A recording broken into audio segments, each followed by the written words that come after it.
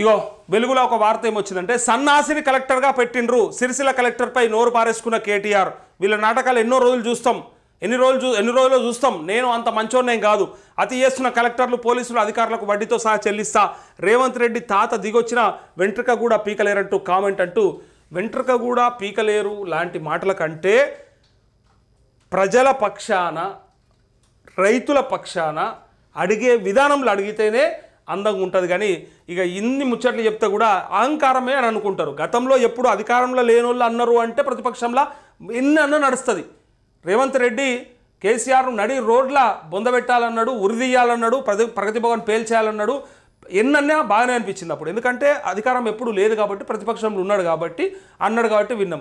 నువ్వు అధికారంలో ఉన్నోడివి ఉన్నప్పుడు చేయడం చేతగాక బయటకు వచ్చినాక ఈరోజు నువ్వు చెప్తుంటే కొంచెం వినడానికి ఎబ్బెట్టుగా అనిపిస్తుంది. కొంతమంది ఏమనుకుంటారంటే ఈయన ఇంకా అహంకారం తగ్గలేదు, ఈయనకు మళ్ళీ అధికారం ఇస్తే ఆగుతాడు రాబాయ్, మనని ఎక్కి తొక్కి చంపేస్తారు రాబాయ్ అని చెప్పి కూడా కొంతమంది అనుకుంటారు. అది ఎందుకు అవకాశం ఇవ్వాలి?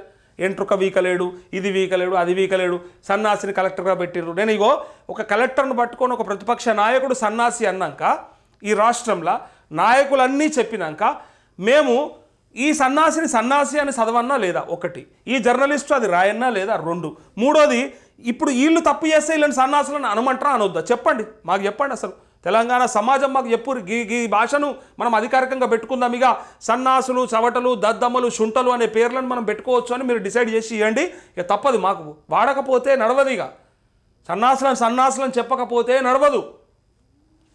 అయితే ఈ సిరిసిల్ల కలెక్టర్పై బీఆర్ఎస్ వర్కింగ్ ప్రెసిడెంట్ కేటీఆర్ నోరు బారేసుకున్నారు. ఆయన సన్నాసి అంటూ తిట్ల పురాణం అందుకున్నారు. మంగళవారం సిరిసిల్లలోని బీఆర్ఎస్ భవన్లో మీడియాతో కేటీఆర్ మాట్లాడారు. అంటే ఎట్లుండాలనా?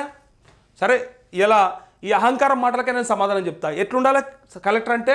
మీ దగ్గర ఇట్లా వంగి ఉండాలన్నా, కాలు మొక్కాలన్నా, ఆయన ముఖ్యమంత్రిని చూడంగానే ఇట్లా కింద పడిపోవన్నా, మోకాల మీద కూర్చోవాలన్నా? ఏంది అసలు? ఏమనుకుంటారు? అధికారులను యాక్చువల్గా వాడుకునేది మీరు, వాళ్ళని అధికారులుగా పనిచేయనీయకుండా మీకు తొత్తులుగా పెట్టుకునేది మీరు. అంటే నాయకులు, నేను చెప్పేది అందరికీ చెప్తా ఉన్నా, తప్పు చేసేది మీరు. తర్వాత మీకు నచ్చినట్టుగా ఉండకపోతే ఇట్లాంటి మాటలు మాట్లాడతారు. అంటే వంగితే ఒక లెక్క, లేకపోతే గట్టిగా ఉంటే ఇంకో లెక్కనా? ఆనాడు మీరు తయారు చేసిన కలెక్టర్లే కదా. ఒకవేళ ఆయన ఇంతకుముందు లేడు, ఇప్పుడు కొత్తగా వచ్చిండు అనుకో, కలెక్టర్ వ్యవస్థని మోకాల మీద కూర్చోబెట్టిన ఘనత ఎవరికి దక్కింది చెప్పురు ఈ రాష్ట్రంలో? అంటే మళ్ళా బాధ అవుతుంది. కేసీఆర్ కాలు మొక్కిపించుకోలేడా? వద్దని చెప్పిండా? మొక్కితే మొక్కిపించుకోండి సప్పుడేక. దాని అనలేరా? ఆ రోజు కామెంట్ చేయలేరా?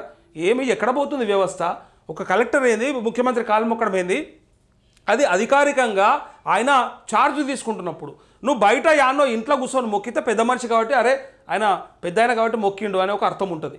వయసులో పెద్ద అయినా, అనుభవంలో పెద్ద అయినా, తెలంగాణ సాధించిన వ్యక్తి అని నీకు ఒకవేళ అభిమానం ఉంటే సాటుకు మొక్కచ్చు.